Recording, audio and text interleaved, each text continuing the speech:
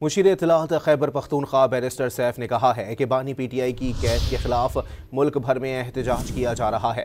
پشاور میں press conference کرتے ہوئے انہوں نے حکومتی وزراء کی جانب سے کی گئی تنقید پر رد عمل میں کہا کہ آزادانہ احتجاج کرنے کی اجازت دی جائے تو ثابت ہو جائے گا کہ عوام پی ٹی آئی کے ساتھ ہے یا حکومت کے ساتھ۔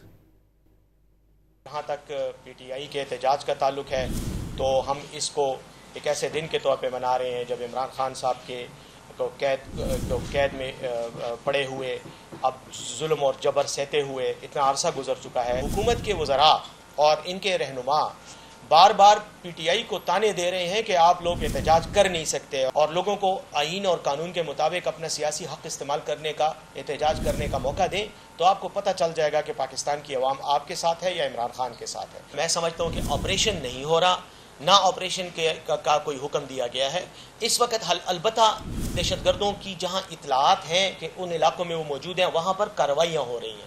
ان کارروائیوں کو آپ لمیٹڈ کارروائی کہہ سکتے ہیں۔